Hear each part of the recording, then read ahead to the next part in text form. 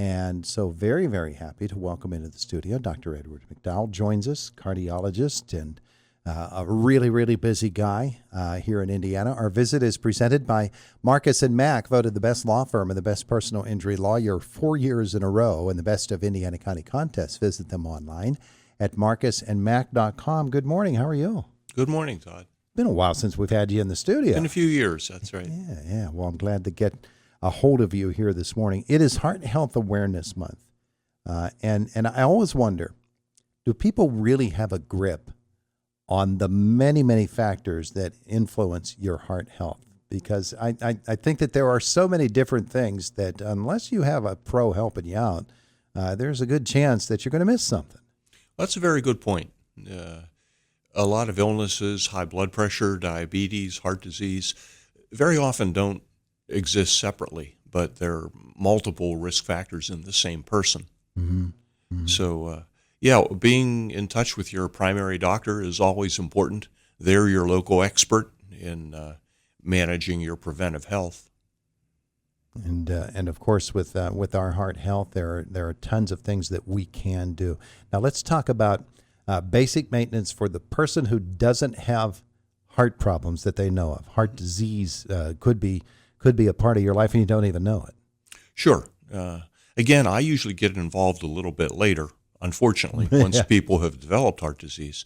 So once again, the primary doctor is usually the one best suited for this kind of a question. But we know more and more the risk factors that affect heart disease. We've known about smoking for a long time. We've known about cholesterol, obesity, high blood pressure, all those risk factors. Mm-hmm. The exciting thing is I think we have more tools these days to treat those risk factors than we did when I first started in medicine. Yeah, absolutely. And as we follow those tools, they can be medicine.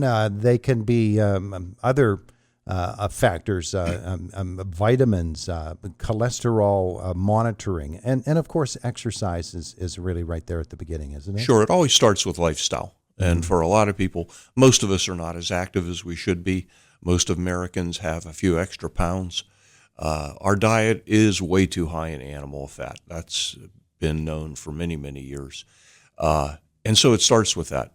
But then beyond that, two very exciting new developments recently.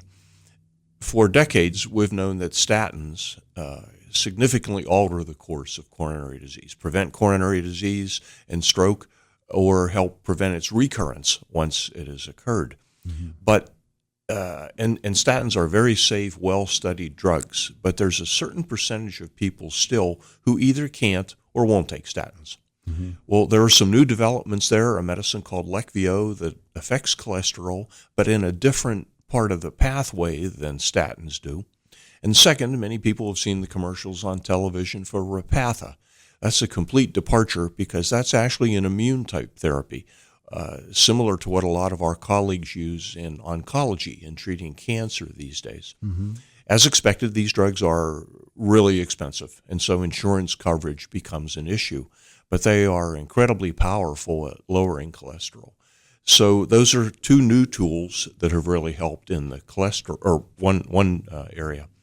The other are these GLP-1 drugs. Uh-huh. Now, most people are aware of these as Ozempic, Wegovy, and at least at this point, we mostly think of them as weight loss drugs and an aid in managing the diabetic patient.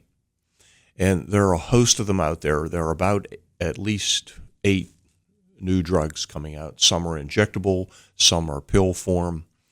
But what's fascinating to us is, well, in the diabetic patient, these drugs are also significantly altering the course of heart disease. Mm-hmm. They're reducing the risk of dying or having a heart attack or a stroke. But what is really exciting is that even in some non-diabetic patients, we're seeing that same effect. Now, this is preliminary right now. Mm-hmm. The drugs are hard to get, as you know, because so many people want to be on them. They can be very expensive, although insurance coverage is always a changing field. But that's another area we want to keep our eye on. Sure. That these medicines may reduce the risk of dying from heart disease, even in the non-diabetic. They have many effects. They do help with weight loss. They reduce blood pressure. They reduce cholesterol. They even seem to affect the way the lining of the blood vessel acts. And that's an important factor in developing clogged arteries. Yeah. Let's talk a little bit about strategy Yeah. for managing your life, managing your health, and particularly your heart health. You mentioned our diets, and the American diet certainly is not conducive to good heart health. Our fitness levels as well, high blood pressure, cholesterol numbers out of reach. All of these different things are factors in your heart health, and managing them, we might think is too hard. I've put on too much weight. I can't do what I used to do. There's no way I can get back to good heart health. That's not true, is it? Well, no, and it's a good point. A lot of people do get discouraged because modern life seems to work against us being healthy and fit. I had a patient the other day refer to the 286 corridor as Chicken Alley, all fried, of course. Yeah. But you had mentioned briefly stress. Stress we know is a risk factor, but it's a little bit harder to quantify than blood pressure or cholesterol. We can't put a number on it. And it's often been said stress isn't what happens to you, but it's your reaction to it.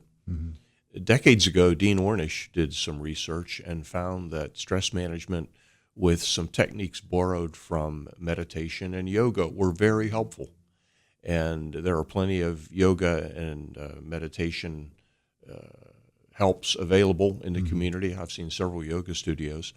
Now, not everyone has to do yoga, but I just mean that is an important point, that life certainly has become more stressful. That's not something we're making improvements on either. Yeah. The ready availability of information probably adds to that anxiety a little bit. So.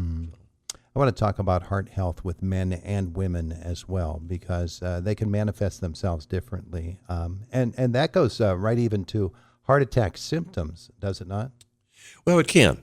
We have the stereotypical picture of a middle-aged male that smokes and he gets clutching chest pain every time he climbs the stairs.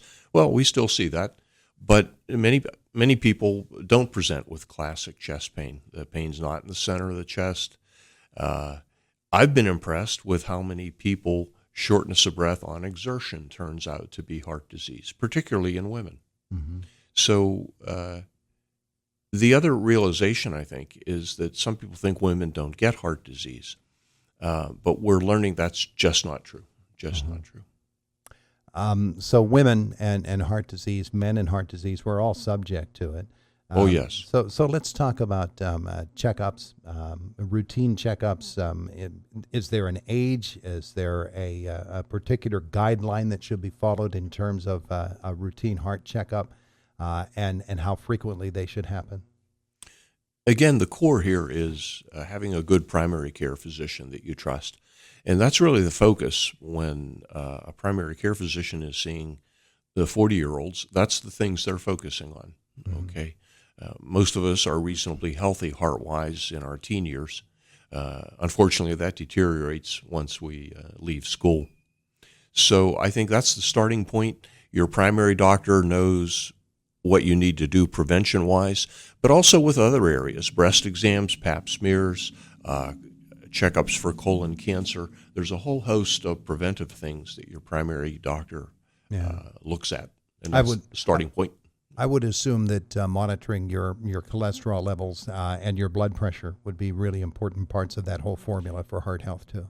Yes, and in fact, I believe pediatricians even like to check one cholesterol at a very young age, just to identify that small percentage of people who really have a severe congenital hypercholesterolemia type of picture. We're talking this morning with Dr. Edward McDowell about heart health. This is Heart Health Awareness Month, the month of February. And I wanted to get into a discussion of, you mentioned earlier, cardiologists. By the time you see them, it's a little bit later in the process when it comes to heart disease. Usually. When someone comes to see a cardiologist, what are the factors that would put somebody in your waiting room? Well, again, that's the best determinant of that is the judgment call from the primary physician. We also get referrals from the emergency room. Very often when chest pain occurs, people realize this may be nothing, but it could be something very serious, and just go directly to the emergency room. So very often they'll be assessed there, and then they'll refer, if they do, particularly if they don't have a primary doctor, very often they'll be referred to our office. Mm-hmm. Mm-hmm. Interesting to me as well that when someone has had a heart attack, the way that they are treated, the changes in how rapidly they come, the treatment process and protocols down through the years. Maybe 30 or 40 years ago, you were hearing about bypasses a lot, and then you began hearing about angioplasties, and now we're hearing very much about stenting, and stenting being such an important part of your heart health, and sort of replacing earlier methods with that. Those changes obviously would be great improvements, and the ease of treatment, I would assume, would be better as well when you think about people who have suffered heart attacks. And limiting that damage to the heart muscle would seem to be a really high priority. That's a very, very good point, Todd. 40, 50 years ago, the way we treated heart attacks was to put people in a quiet room with soft music playing. And the idea was to try to limit the damage that way by reducing the workload of the heart. That has evolved through the decades. You're right. When someone presents in our emergency room with a heart attack, the so-called ST elevation myocardial infarction, they're in the cath lab within minutes. And time is muscle is one of the jokes in the cath lab. The sooner you get that artery open, the more muscle you can save, the more heart muscle you can save.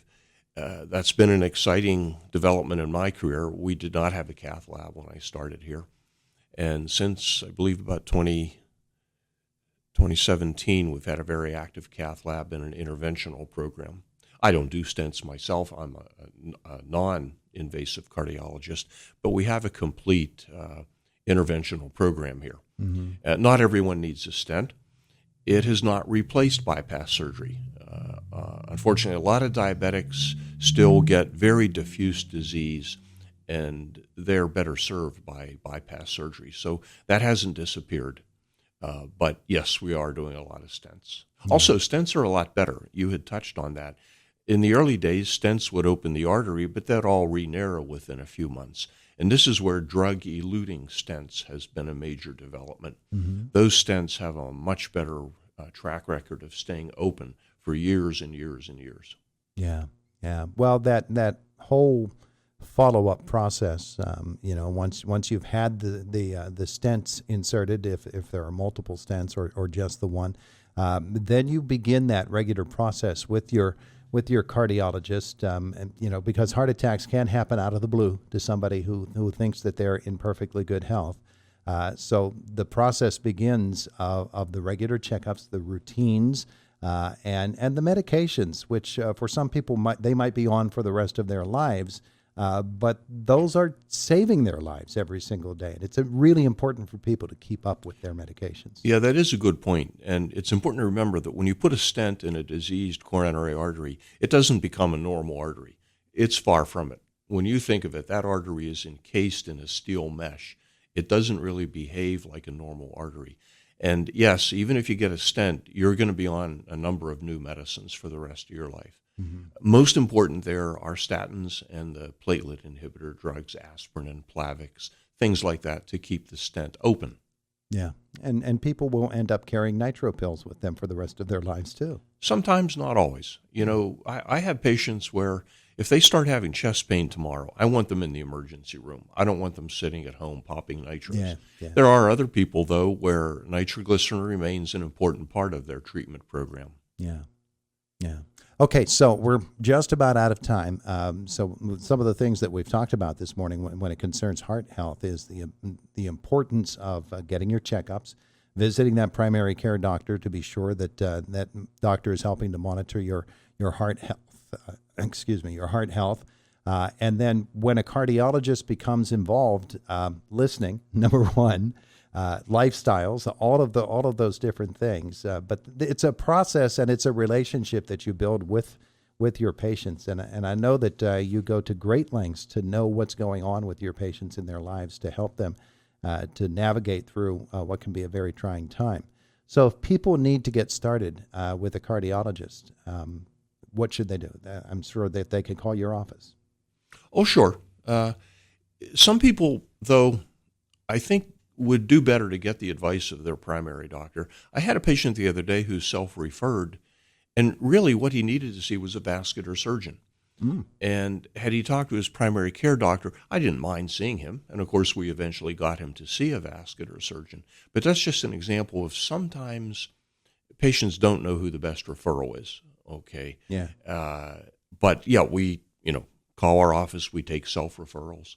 And again, we often have referrals from other agencies like the emergency room, that sort of thing. Absolutely. All right. He's Dr. Edward McDowell. This is Heart Health Month. Go to your PCP and get started on that heart health journey. It'll do you a world of good. Thanks so much. Thanks for having me. We appreciate it. It is the voice of Indiana County. It's WCCS 101.1 FM, AM 1160, and WCCSradio.com. Fox News next, top of the hour. Josh in the newsroom after that.